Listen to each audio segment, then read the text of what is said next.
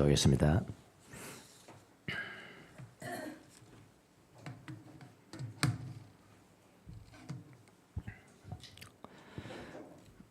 주님, 이 시간에도 주님이 우리와 한결같이 동행해 주시고 함께 해 주셔서 감사합니다. 시간에 들려지는 말씀 가운데 주님의 소리 우리 마음속으로 담을 수 있도록 은총을 내려 주옵소서. 말씀을 듣는 사람이나 말씀을 전하는 사람 가운데 성령 가운데 하나가 될 수 있도록 도와주시고 주의 거룩하신 뜻을 행하는데 부족함이 없도록 그렇게 되게 하여 주시옵소서. 감사하고 예수님의 이름으로 기도합나이다. 아멘. 자, 이 시간도 지난 시간에 이어서 하다가 말았죠. 2편을 함께 살펴보도록 하겠습니다.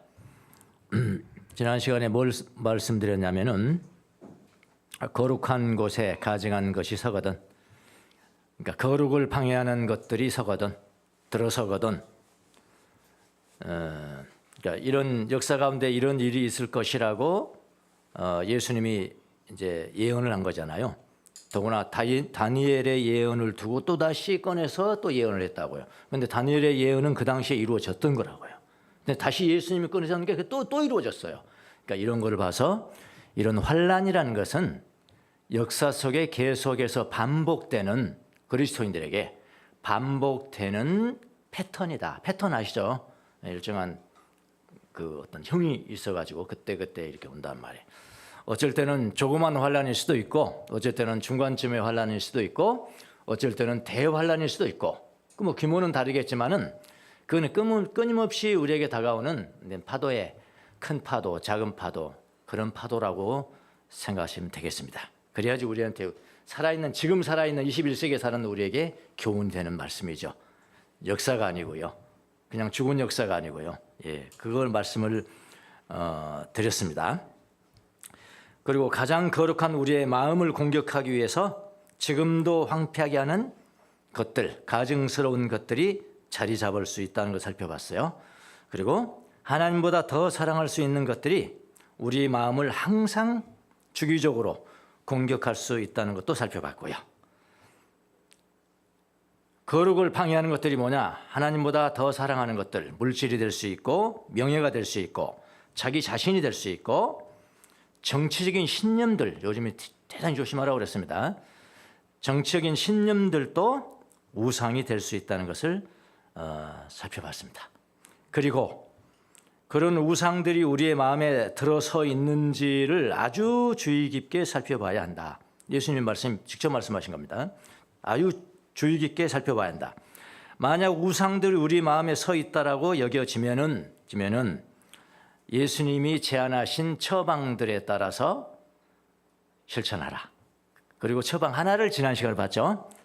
첫 번째 처방이 뭐였냐면은 예수님을 향하여 도망하라. 그냥 산으로 거기는 도망하라고 그랬는데 그건 이제 상징적 의미로는 산은 예수님이죠. 산으로 도망하라. 그것까지 우리가 살펴봤습니다. 그것이 바로 첫 번째 처방이 뭐였냐면은 24장 15절, 16절 이게 첫 번째 처방이었어요. 예, 첫 번째. 오늘 두 번째 시간입니다. 두 번째 연결되는 거니까요. 오늘은 나머지 예수님의 처방 전부 다를 살펴보도록 하겠습니다. 결론적으로 말씀을 드리면은 모두 다 복음이 아닌 것이 없어요. 복음이 뭐예요? 기쁜 소리. 기쁜 소리가 뭐예요? 예수 믿는 자녀들을 위해서 주는 그야말로 특효약, 신의 한 수의 약이 있으면은 그거는 질병이 아니에요. 이거 제 말 아닙니다. 어느 유명하신 분이 그랬어요. 나 그거 듣고 얼마나 감사한지 모르겠어요. 그렇구나. 우리 아프다 하잖아. 너무 많이 아프잖아요. 뭐 여기 아프고 오늘 아침에 뭐 누가 이빨 아프고 어디 아프고 막. 그래서 오면 생각했어요. 우리는 예수님 믿어도 우리는 다 환자구나. C.S. 루이스가 말한 듯이 그냥 환자구나. 그렇게 보면 딱 맞겠어요. 그런데 중요한 것은 뭐냐? 그 약을 먹으면은 신비하게 완화가 되든지 안 아파. 그럼 질병이라고 하지 마라. 예수님 처방전을 이렇게 많은 처방전을 주셨거든요. 근데 복음이죠, 복음. 예, 복음입니다. 모두가 다 복음입니다. 종말에 무슨 일이 일어날 것인가를 우리가 지금까지 염두에 두고 종말론을 대했는데 또 그렇게 가르치기도 했고 사람들이. 근데 종말에 무슨 일이 일어나는가 그거 중요하지 않습니다. 어쩌란 말이에요. 어쩌란 말이에요. 우리 일이 오는 건데 어쩌란 말이에요. 중요하지 않아요. 더 중요한 게 있죠. 환란이 닥칠 때 예수 믿는 사람들은 어떻게 해야 되나. 그거에 대해서 예수님이 가르쳤다면은 그건 처방이 있는 거잖아요. 그게 복음이에요, 복음. 처방은 복음이라고요. 신의 한 수의 약은 복음이라고요, 복음. 예, 그거를 이제 두 번째 복음을 한번 살펴보겠습니다. 두 번째는 예수님이 뭐라고 처방해 주셨냐면은 세속적인 소유에 대해서는 너무 집착하지 말아라. 해탈하라, 해탈의 처방. 첫 번째는 뭐예요? 도망의 처방. 도망하라는 처방이고, 두 번째 처방은 해탈하라. 좀 떨어져라. 해탈이 떨어지는 거. 떨어지는 처방. 뭐에서? 세속적인 소유에 집착하는 것에서 좀 떨어져라. 자, 17절, 18절입니다. 두 번째 처방이. 지붕 위에 있는 사람은 제 집 안으로 물품을 꺼내려고 내려오지 말아라. 또 그 다음에 들에 있는 사람은, 상황이 다를 뿐이에요. 상황이. 들에 있는 어떤 사람은 지붕에 있고요. 어떤 사람은 들에 있는 거예요. 들에 있는 사람은 제 겉옷을 가지러 뒤로 돌아서지 말아라.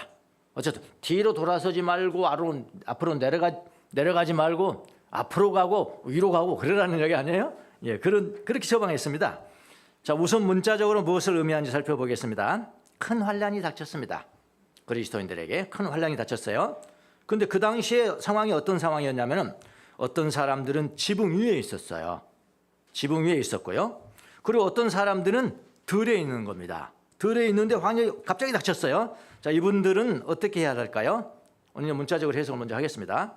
예수님께서 이렇게 말씀하십니다. 지금 지붕 위에 있는 사람도 예수 믿는 사람이고요.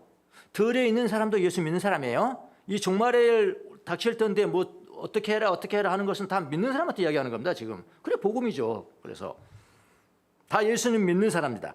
지붕에 있다는 것은 지붕에서 뭘 하고 있었을까요? 보통은 기도합니다. 기도처가 보통 유대인들한테는 지붕이에요. 예, 분명히 기도하고 있었을 겁니다. 성모일도 했겠죠. 예. 때가 되니 몇 시가 되니 지붕으로 올라갔다. 몇 시가 되니 지붕으로 올라갔다. 성모일도 했겠죠. 이분들은 이제 지붕에 있었습니다. 그리고 어떤 사람들을 보니까 어떤 사람들은 또 들에 있는 거예요. 그 당시에 처한 상황만 달라요. 어떤 사람은 지붕에 있었고 어떤 사람은 들에 있는 겁니다. 들에 있다는 것은 믿는 사람들이 열심히 일을 하고 있었다는 겁니다.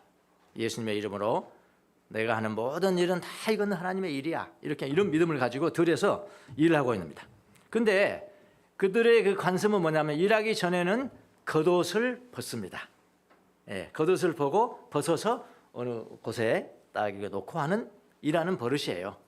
우리도 그렇게 하잖아요. 예, 이 사람도 그렇게 합니다. 그 사이에 바로 그 사이에 큰 환란이 터진 겁니다. 문자적으로 좀 해석한다면 큰 환란이 터진 겁니다. AD 30년에 예수님이 예언을 하셨고 이런 일이 있을 거야. 근데 그 예언이 언제 성취됐냐면은 AD 70년에 성취됐단 말이에요. 40년 후에 성취가 됐습니다. 자, 그 환란이 뭡니까? 이건 역사가들이 기록한 겁니다. 이거는요. 환란이 뭐였냐면은 로마군이 예루살렘을 쳐들어온 거예요. 그때 쳐들어와가지고 인정사정 볼 것 없이 그렇게 기록하고 역사가들이 인정사정 볼 것이 없었습니다. 성전을 파괴했고요. 그러니까 이스라엘 사람들에게 성전이 파괴됐다는 건 끝이에요. 전쟁 끝이에요. 그거는 성전이 파괴되면 세상적으로도 그러잖아요. 가장 중요한 곳에 제일 먼저 폭격을 하거든요. 군사적으로도 가장 중요한 요새 헤드쿼터 거기를 폭격하고 그렇게 나가잖아요. 유대인들한테는 성전이 파괴가 되고 그 성전에다 뭘 갖다 놨냐면 로마 독수리가 그려진 군기 깃발을 성전에 꽂았어요. 그럼 끝난 거예요. 예, 깃발을 성전에 딱 걸었습니다. 많은 유대인들이 이때 죽었다고 기록되어 있는데요. 이미 40년 전에 예수님이 예언을 했던 겁니다. 로마군이 쳐들어오는데 기도만 할 수 있습니까? 그렇죠. 기도만 할 수 없잖아요. 하던 기도도 멈춰야 합니다. 그리고 즉시 도망해야 됩니다. 그때 예수님께서 아까 우리 지난 시간에 봤던 펠라산으로 하라고 했다. 성경에 나와 있지 않지만 펠라산으로 도망한 많은 초기 기독교인들이 살았다는 역사가 있다고 그랬잖아요. 살았습니다. 그때 많이 예수님 말씀을 듣고.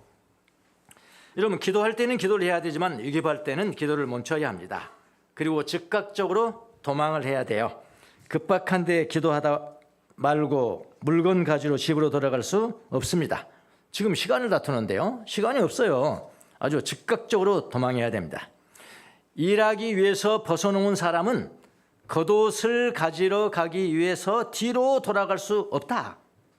그 말 한 거예요, 예수님이요. 뒤로 돌아가지 마라. 앞으로 가라. 앞으로 그냥 도망가라. 실제로 예수님의 말씀에 아주 즉각적으로 순종해서 살아난 사람들이 부지기수였다고 합니다. 초대 그리스도인 중에서 말입니다. 자, 여기까지가 역사적인 사건이에요. 역사적인 사건. 그러니까 예수님이 그러면 상징적으로 말씀하신 것 중에 예수님이 뭘 상징했을까? 그러니까 이 상징적인 의미가 있어야 오늘날 우리에게도 적용이 되는 거잖아요. 그렇잖아요. 역사적인 그런 사실도 있었고 성경은 역사적이라고 그랬어요. 역사적 자체는 아니에요. 역사적입니다. 그런 사건이 있었어요. 그런데 그런 사건을 통해서 주어진 상징적인 하나님의 메시지는 지금도 살아있단 말이에요. 우리에게 그대로 적용된단 말이에요. 그게 더 중요하잖아요. 자, 무엇일까 한번 살펴보겠습니다. 상징적인 의미가 17절에 나오는 집안에서의 물품을 가지러 내려간다는 것은 뭐냐면은 세속적인 소유에 대한 집착을 의미합니다. 집착을 의미해요. 위급한 상황에서 물건을 챙기려는 것은 물질적인 소유에 대한 집착을 의미해요. 어렵지 않죠? 그 집착을 의미하는 거예요. 나의 신앙의 위기가 올 때는 세상의 것에 미련을 두지 말고 즉각적으로 예수님께로 향하여 도망가야 함을 가르칩니다. 신앙의 위기가 왔을 때 즉시 성찰해야 됩니다. 즉시 성찰해야 돼요. 내 마음에 탐욕으로 말미암은 것은 아닌지 성찰해야 됩니다. 집안에 있는 물품을 가지러 내려가지 말라는 경고는 탐욕으로 내 신앙이 위기가 온 것은 아닌지 그걸 살펴보라는 그런 의미입니다. 자, 18절에 나오는 겉옷을 챙기기 위해서 돌아간다는 것은 또 뭘 의미할까요? 뭘 상징할까요? 겉옷은 자기의 정체성을 의미합니다. 예, 겉옷. 속옷 런닝샷하고 팬티 요즘 고급 있죠. 예, 명품 팬티도 있고 명품 속옷이 있으면 보고 명품인지 알 수 있습니까? 없습니다. 속옷은요. 진짜 알 수 있는 건 뭡니까? 겉옷 아닙니까? 겉옷. 딱 상표도 이제 딱. 나도 잠바 하나 가지고 다니는 거. 나 이거 입었어. 나 이거 이렇게 다니. 겉옷이 그런 거예요. 그런 나 정체성이죠. 정체성. 네, 정체성을 의미합니다. 과거의 삶을 의미해요. 과거에 자신의 정체성으로 그걸로 보호를 받았는데 위기가 왔을 때 다시 과거로 돌아가지 말라는 그런 의미입니다. 예, 그 당시 사람들에게 겉옷은 단순한 옷이 아니었습니다. 자신의 신분을 나타내는 것이었죠. 그러니까 우리나라도 마찬가지죠. 옷 색깔만 봐도 이 사람 몇 급인지 다 알잖아요. 그게 겉옷이에요. 겉옷. 과거 생활의 일부였습니다. 내 신분을 드러내는 거예요. 이것을 가지러 돌아간다는 것은 이전의 삶에 미련을 두는 태도를 의미할 수가 있는 겁니다. 여러분 성경 창세기 보면은 롯의 아내는 어떻게 봤어요? 뒤를 돌아보다가 그랬잖아요. 뒤를 돌아보다. 예? 그걸 갈망하다가 뒤를 돌아보다가 소금 기둥이 되었다고 기록하고 있습니다. 창세기는. 자, 이 말씀은 재난과 심판의 때가 오면은 세상의 것에 미련을 두지 말라. 미련을 두지 말고 하나님께 속한 피난처로 즉각 나아가야 한다는 영적인 교훈을 담고 있다 이 말입니다. 그래서 복음이라는 겁니다. 여러분의 삶에도 환란이 다가오죠. 예수님의 처방은 이겁니다. 그럴수록 환란이 올수록 자기 욕망을 비우고요. 근데 반대대로 사는 사람이 태반이에요. 예, 자기 욕망을 비우고 더욱 예수님으로 채워야 합니다. 옛날로 뒤돌아가지 마시고 어디로? 예수님한테 도망가서 예수님으로 새로운 갑옷을 입어야 합니다. 그걸 상징한다고요. 그래서 환란이 올 때는 우리가 성숙할 수 있는 기회인 거죠. 반전이죠, 반전. 어떻게 보면 어려움을 당했어, 어려움 당해, 나 환난 당했어 이렇게 말하는 사람이 있고, 나 이제 죽었어 하는 사람이 있고, 내가 성숙할 수 있는 기회야 이렇게 반전을 일으키는 사람이 있잖아요. 이거 진짜 크리스찬이죠. 기회입니다.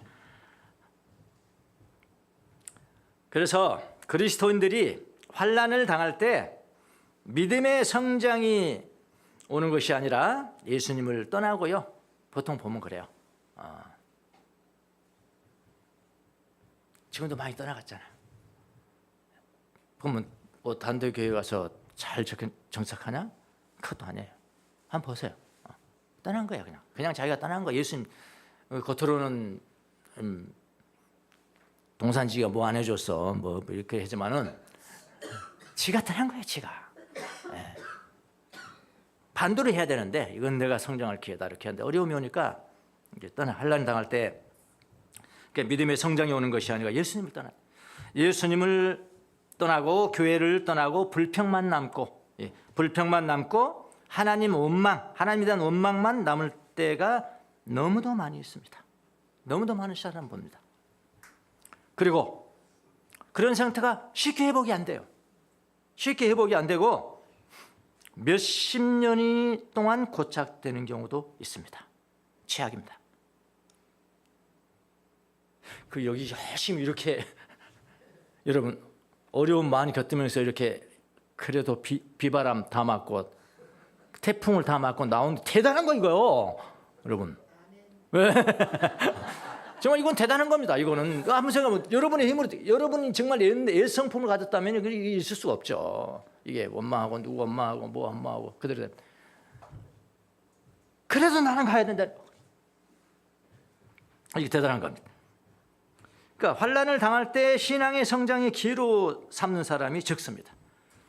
교회 안에서 이런 사람들 참 다루기 힘듭니다. 어떻게 할 수가 없어요. 뭐 어떻게 하면은 다 그 사람 탓이야. 그냥.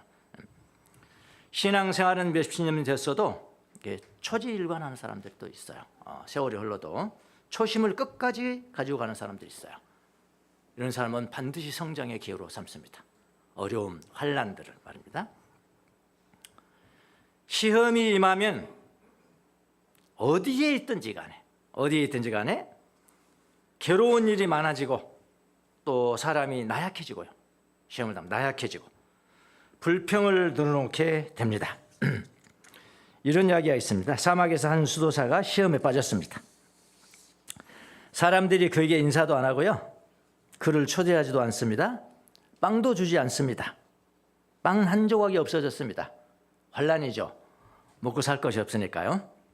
하루는 노동을 하고 들어왔는데 빵이 한 조각도 없었습니다.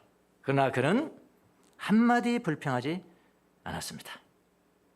하나님께 감사했습니다. 먹을 것이 전혀 없음에도 불구하고 하나님께 감사했습니다.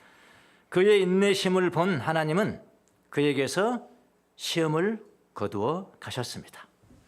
시험을 거두어 가신 즉시 어떤 일이 발생했냐면은 애굽에서 이건 싫어합니다. 다 이거 기록한 거 다 싫어합니다. 이집트에서 온 사람들이 자기들 낙타에 빵을 막 이만큼 싣고 와서 그 사람 집 앞에 내려놓고 갔습니다. 근데 그 수도사가 하나님 앞에 기도했어요. 아니 하나님, 저는 당신의 이름을 위하여 잠시 동안 고통을 받을 자격이 없는 사람이란 말입니까? 이렇게 이야기했다. 시련이 성숙의 기회라는 것을 아는 사람이죠. 근데 뭐 사람이 생각하는 시련의 길이와 하나님이 생각하는 길이는 또 달라요. 우리는 이만큼 올 줄 아는데 하나님 이걸로 끝내는 거 있고요. 이만큼은 될 줄 아는데 하나님은 이쪽으로 끌고 갈 때 그건 하나님께서만 아십니다. 근데 하나님 더 정확하시죠. 내가 나를 아는 것보다 하나님이 더 나를 잘 아시니까요. 얼마나 참아야 될지를 나는 과장도 하고 엄살도 부리지만은 하나님은 정확하죠. 하나님 때는 정확하고 우리 그걸 믿으셔야 합니다. 네. 이게 이제 두 번째 처방이에요. 처방을 보면은 다 명령형입니다. 도망하라, 내려가지 말아라, 가지러 가지 말아라, 기도해라 이렇게 다 명령이에요. 예, 명령형입니다. 그다음에 세 번째 처방이죠. 세 번째 처방. 기도하여라 이랬는데 기도하여라. 기도의 처방입니다. 여러분 잘 19절에서 20절 보겠습니다. 그날에는 아주 이해하기 어려운 단어들이 나옵니다. 이게 그날에는 임신한 여자들과 아기 뵌 여자들과 젖먹이가 딸려 있는 여자들은 어떻게 해요? 불행하다. 20절. 너희가 도망하는 일이 겨울이나 안식일에 일어나지 않도록 기도하여라. 우선 문자적으로 해석해 보겠습니다. 임신한 여자, 젖먹이가 딸린 여자, 이 사람들 어떻게 도망갑니까? 이거 어떻게 도망갑니까? 배가 이러하는데 지금 도망해야 되는, 도망이 가장 중요한 건데 가장 빨리 도망해야 되는데 안 되죠. 어린아이 데리고도 안 되잖아요. 이거 힘들잖아요. 어떻게 하겠습니까? 이거 말합니다. 문자 그대로 한다면요. 더구나 또 겨울 추운데 그 얼마나 참 고생입니까? 안식일에 이런 환란, 안식일은 또 자기들 규정이 뭐 율법의 규정이 뭡니까? 안식일에 움직이지 말라는, 몇 미터 이상 되는 건 움직이지 말라 하는 거예요. 그게 노동이라는 거예요. 그 율법을 가지고 살아가는데 얼마나 힘들겠어요. 지금 도망가는데. 이런 안식일에 이런 환란이 일어나지 않도록 기도하라고 하십니다. 임신한 여자는 어떤 상태입니까? 도망하기 힘든 상태입니다. 젖먹이 딸린 여자는 어떤입니까? 마찬가지겠죠. 도망하기 힘든, 손잡고 가야 되니까 아니면 업고 가야 되니까 도망하기 힘듭니다. 겨울은 환경적으로 도망하기 힘이 듭니다.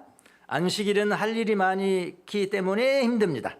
더구나 안식일 범은 움직이면 안 되잖아요. 노동하면 안 되지 않습니까? 이 모든 경우는 급박한 상황에서 빠르게 도망치기 어려운 상태를 의미합니다. 이것을 위해서 기도하라고 하세요. 잘 도망할 수 있는 상황에서 환란이 발생하도록 기도하라. 이게 문자적인 의미입니다. 예수님, 근데 한번 보세요. 참 예수님 할 일도 없으시네. 이런 거는 말씀 안 하셔도 될 것 같은데. 여기 보세요. 예수님이 겨우 지금 제가 문자적으로 해석한 이런 차원 낮은 상황을 위해서 기도하라는 말씀을 하시는 것은 아니겠죠. 이게 그러니까 상징적인 의미가 중요한 거예요. 이게 뭘 상징하는 것인가? 자, 임신한 여자, 젖먹이가 딸린 여자의 상징적 의미는 무엇일까요? 임신한 여자나 젖먹이가 딸린 여자는 영적으로 보면은 세상에 대한 집착이 많아서 준비가 되지 않는 상태라고 얘기합니다. 많은 해석들이 있어요. 준비 안 돼. 그러니까 영적으로 준비가, 성장을 멈춰버린 거예요. 또 어떤 분들이 이렇게 얘기합니다. 임신한 여자는 뭐냐? 임신한 여자는 복음은 열심히 전하고 말씀도 열심히 전하는데 열매가 없는 상태야. 임신만 있지 아기를 낳지는 못하는 거예요. 낳지는 못한 상태. 열매가 없어요. 열매가 없는 상태. 그렇게 해석하는 사람도 있고요. 그 다음에 젖먹이가 딸린 여자는 이렇게 또 해석하는 사람이 있어요. 제자 훈련은 열심히 받았는데 성숙이 없는 상태. 맨날 아기라고 있다는 거예요. 아기로. 무슨 말 아시겠어요? 그렇다잖아요. 성적으로는. 그를 의미합니다. 그러니까 하여튼 어쨌든 영적으로 여전히 다 과들같이 꼬막꼬막하다는 거예요. 아직 안 나왔든가, 나왔어도 아직은 애기든가, 다 과처럼 몇만 명 모이고 몇천만 명 숫자는 자랑하지만은 다 보면 다 과하더란가. 예수님께서 다시 오실 때 영적으로 깨어있지 못한 사람들은 대비가 부족해서 어려움을 겪게 됨을 경고하는 것이다. 그렇게 이야기를 합니다. 겨울이나 안식일은 무엇을 상징할까요? 겨울은 춥잖아요. 먹을 게 없잖아요. 결핍, 시련의 시간을 상징합니다. 영혼의 어두운 밤을 의미하겠죠. 믿음의 사람들에게 닥칠 환난과 어려움 속에서 신앙을 지키는 것이 더욱 힘들어지는 것, 그런 사람들은 더욱 힘들어지는 것을 의미합니다. 따라서 겨울에 도망하는 일이 없도록 기도하라는 것은 더 큰 어려움을 겪지 않도록 미리 좀 기도로 경성하고 있어라. 그런 이야기고요. 안식일은 종교적인 속박, 영적인 장애물을 의미해요. 유대인에게 안식일은 이동하는 것, 노동하는 것이 제한되는 날이었기 때문에 이날 도망하는 것은 매우 어려운 일이었습니다. 영적으로 보면 율법주의, 율법주의나 종교적 정통에 묶여 자유롭게 하나님을 따르지 못하는 상태일 수 있다고요. 그럴 때 환난과 시련이면 더 따버리잖아요. 더 힘들잖아요. 그래서 신앙의 본질을 붙들고 깨어 있어야 함을 강조하는 것입니다. 이 말씀은. 자, 예수님께서 이 말씀을 하신 이유는 마지막 때를 대비해서 영적으로 깨어 준비하고 신앙을 방해하는 요소들을 벗어나도록 기도하라, 그런 이야기입니다. 그래서 지금 마태복음 24장을 우리가 쭉 보고 있는데요. 24장은 결론적으로 종말론이 아니잖아요. 종말론이 아니고요. 예수 믿는 사람들이 어떤 삶을 살아야 될 것이라는 것은 복음이라고요. 복음. 그렇게 읽으시면은 이제 마태복음 24장 읽을 때도 아주 평안하게 읽을 수가 있을 것입니다. 자, 마지막으로 이제 처방전 하나 더 드리겠습니다. 제가 드리는 게 아니고 예수님이 드리는 겁니다. 마지막 또 역시 복음입니다. 아주 중요한 복음입니다. 저는 이 구절에서 은혜를 많이 받았습니다. 설교를 준비하면서 가장 많은 은혜를 받은 곳입니다. 우리를 위해서 하나님이 환난을 줄여주신대요. 그러니까 환난은 이렇게 돼가는데, 그러니까 환난은 역사적인 사건이기 때문에 언제 얼만큼 일어나도록 되는 거 아닙니까? 로마군이 침입해서 거기다 다 쓸어버려라. 그러면 얼마 정도 걸리고, 이 역사잖아요. 역사. 그냥 도도에 흘러가는 역사인데 하나님이 이 역사를 중단해 볼 수도 있대요. 하나님이 이렇게 직접적으로 역사를 주관하신 분이라는 것을 기록한 성경이 그렇게 많지 않습니다. 사실은요. 예. 이걸요 1년 동안 됐냐, 1년 동안 하려냐 역사적으로 말한다면은 하나님이 불쌍히 여기서 6개월로 줄여버릴 수 있다. 그 말씀이에요. 그러니까 역사의 주관 처방. 예. 우리 선택받은 사람들을 위해서 하나님은 환난을 줄여주십니다. 처음 들었죠? 나왔어요. 여기 나와 있어요. 21절, 22절. 21절. 대환란을 또 말하는 겁니다. 예수님이 대환란 이야기했다가 40년 이후의 환란 왔다 갔다 하십니다. 그려주시는 게 지금 이거는 대환란. 예수님께서 대환란도 의미하고 40년 이후에 또 같이 이야기를 하는 것이에요. 마지막 21절, 22절 보겠습니다. 그때 큰 환란이 닥칠 것인데 그런 환란은 세상 처음부터 이제까지 없었고 앞으로도 없을 것이다. 22절. 그 환란의 날들을 줄여주지 않으시면, 그랬어요. 그 환란의 날들을 줄여주지 않으시면 구원받을 사람이 하나도 없을 것이다. 그런데, 그러나 선택받은 사람들을 위하여 하나님께서 그 날들을 어떻게 했다고요? 줄여주실 것이다. 그랬거든요. 원어를 한번 보겠습니다. 22절. 그러나, 반전요? 예, 그러나 선택받은 자들을 위하여 꼴로보가 이제 이 원형이에요. 루트. 세스 나오면은 이거는 수동태, 미래형 수동태 이렇게 보시면 돼요. 이게 수동형으로 되어 있습니다. 수동태고요. 하이, 헤메라이, 그날은 이게 환란의 날. 환란의 이게 복수잖아요. 환란의 날들이 뭐라고요? 여기 줄여준다니까.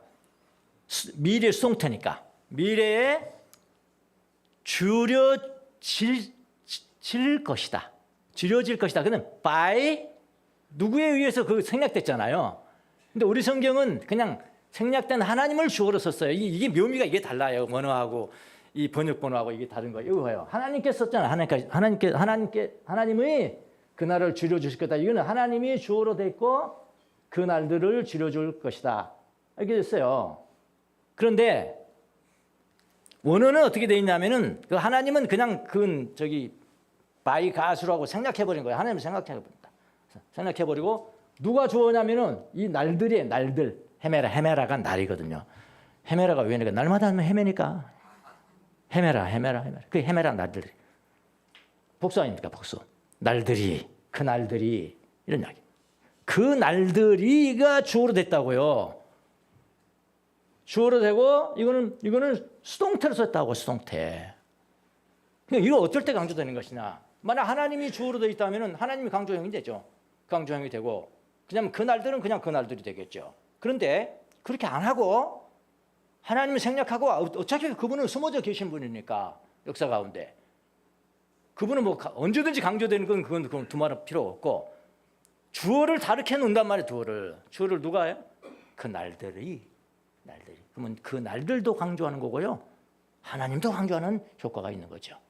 그래서 이게 수동태 하나님이 숨겨진 수동태 그래서 divine passive 한다 이 말이에요. divine 신적인 수동태 그렇게 신학에서 이야기하는 거예요. 이런 신적인 수동태는 굉장히 많아요.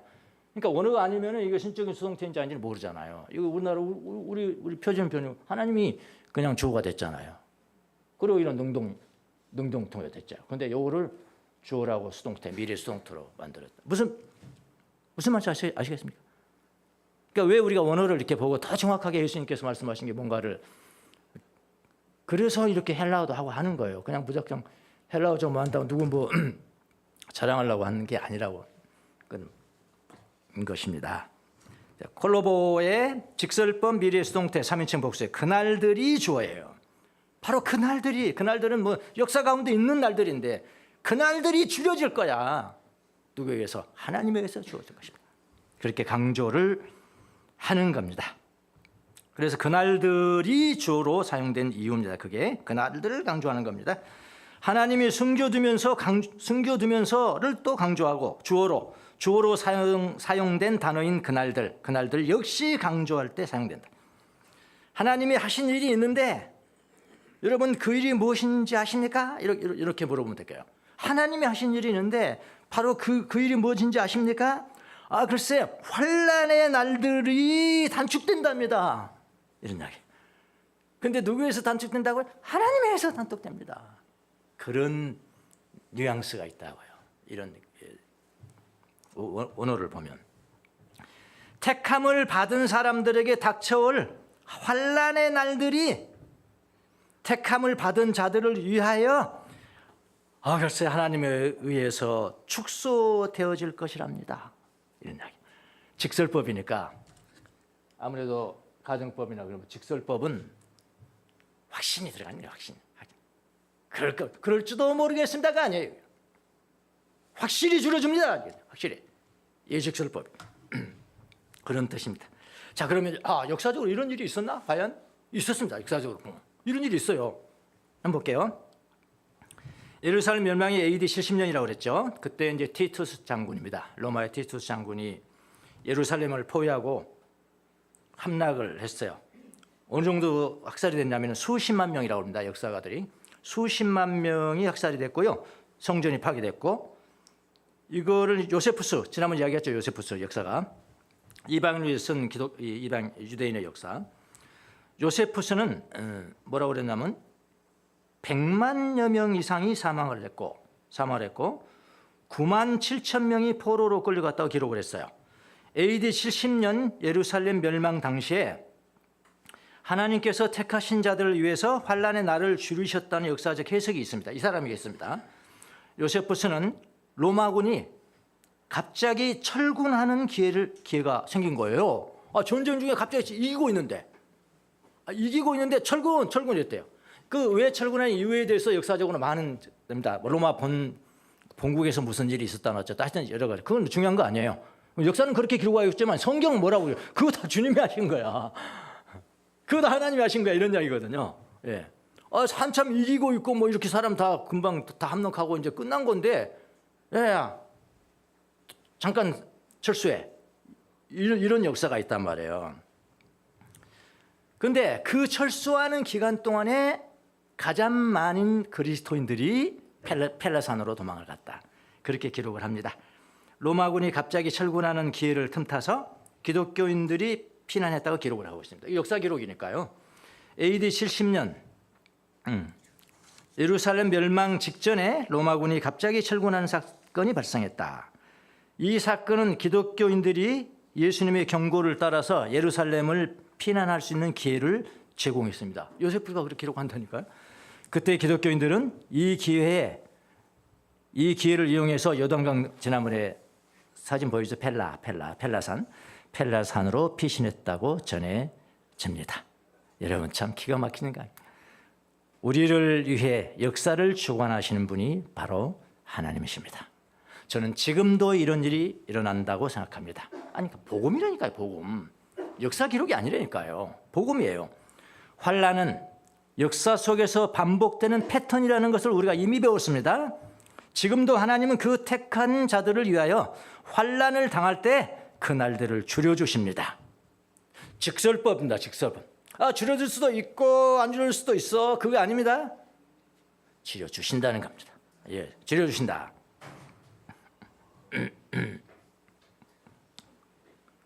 예, 여러분이 환난을 당할 때 여러분이 만약 주님으로부터 택하심을 받았다면 주님은 그 날들을 줄여주신다고 약속을 하셨습니다. 환난을 당할 때 그 속에도 주님의 은혜가 있다고 믿으셔야 합니다. 이 말씀 가운데 다 들어있는 거 아니잖아요.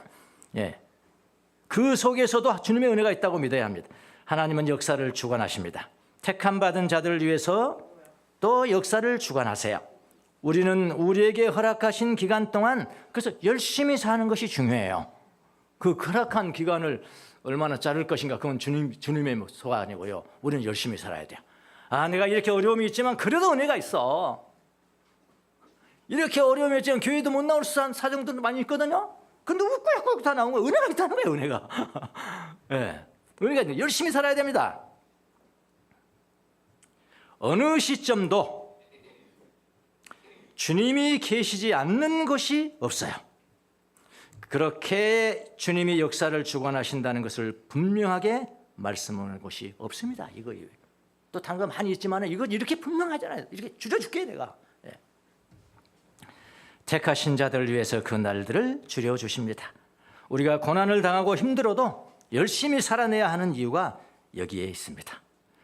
또 반복합니다. 24장은 종말론이 아닙니다.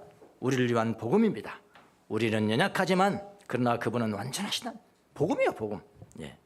저는 개인적으로 이 말씀에 큰 은혜를 받았습니다. 큰 환난이 임하면 모든 육체가 구원을 받지 못했을 텐데 그러나 택함을 받은 사람들을 위하여 하나님은 그 환난의 날들을 확실하게 단축할 것입니다. 하나님이 택함을 받은 자들을 위하여 역사를 손수 만지겠다는 거 아닙니까? 이거 깊이 묵상하셔야 됩니다. 하나님 택한 자녀들을 위해서 내가 역사를 손수 만들어 줄게. 이거 주물러 준다는 거예요. 손수를 역사를. 예, 이 말씀이거든요. 대단한 복음입니다. 이건 어떤 고난의 역사 가운데서도 주님의 은혜는 거기에 계시니 좌절하지 말고 인내로 돌파하는 능력을 가리시기를 바랍니다. 이게 주님의 우리를 향한 복음이라고요. 주님이 나를 위해서 그 날들을 감축할 것입니다. 모든 사람들이 예상하는 역사의 흐름을 바꿔놓을 수도 있습니다. 곧 택함을 받은 여러분을 위해 그렇게 하실 수 있다는 것을 믿으셔야 합니다. 아멘. 예, 이게 복음이에요, 복음. 우리를 위한 큰 복음입니다. 하나님은 요셉을 위해서도 그렇게 하셨어요. 역사 가운데서 보면은요, 바울을 위해서도 그렇게 하셨어요. 베드로를 위해서도 그렇게 하셨습니다. 여러분과 저를 위해서는 왜 그렇게 안 하시겠습니까?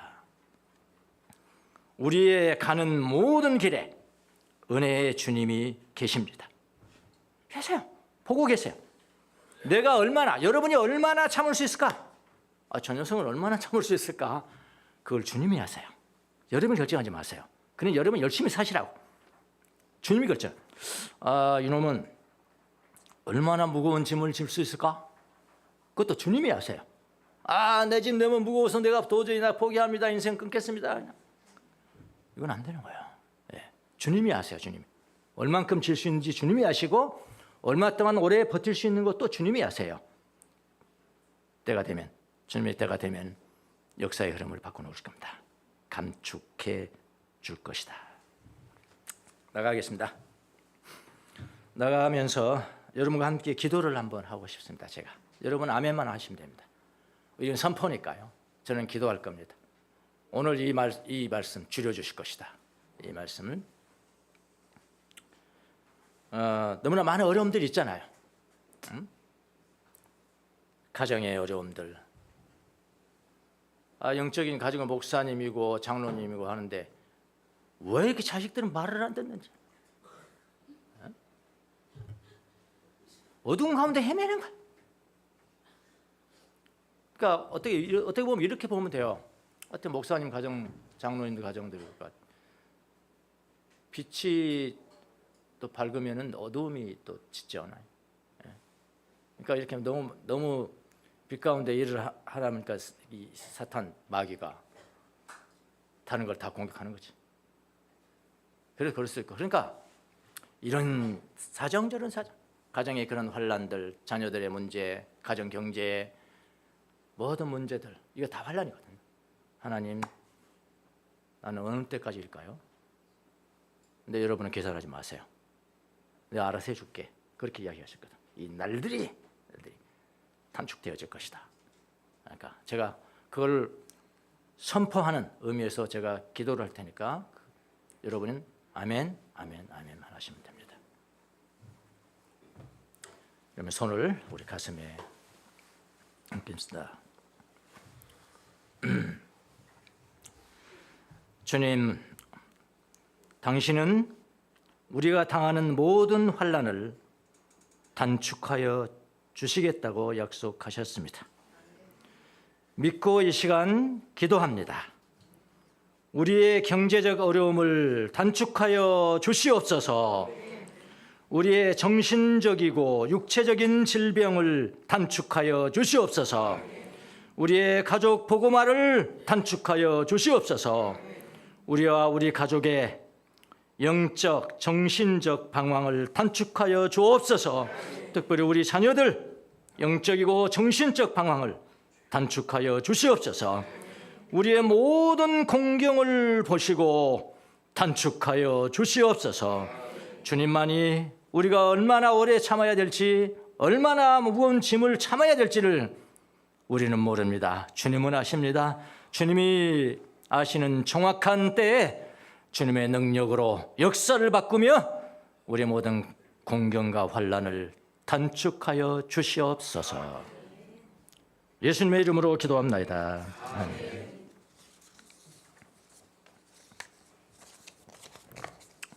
시 한 편 보겠습니다.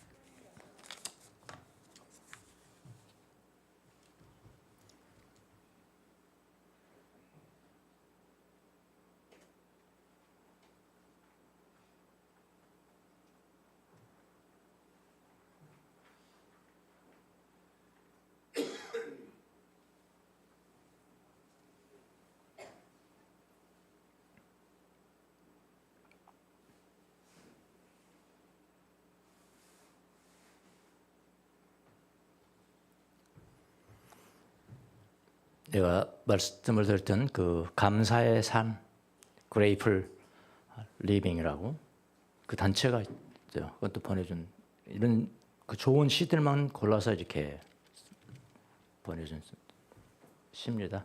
이 시도 굉장히 좋은 시 같습니다. 다른 거 보니까 기러기가 날아가는 것을 보면서 자기 상태를 깨달았다는 거 아니에요? 예. 저 나무들을 보라. 잠시 황금빛으로 물들었다가 매년 12월이 되면 모든 것을 잃는다. 추운 계절 이런 것들은 다 상징하잖아요. 추울 바람과 부풍 다 이런 시련들을 겪죠. 4월, 5월이 오면 다시 조심스럽게 새싹을 틔운다. 그리고 마지막에 우리도 이곳을 지나갈 뿐, 그냥 이 기러기를 보면서 지혜를 배웠다.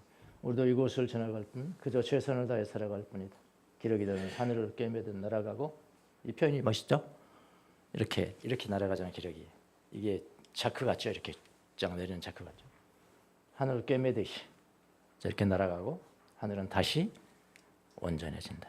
이걸 보면서 했던 거예요. 이게 감각을 이 시를 통해서 우리가 48주면 1년에 48편의 시를 우리가 접합니다. 그렇죠? 그림도 48편에.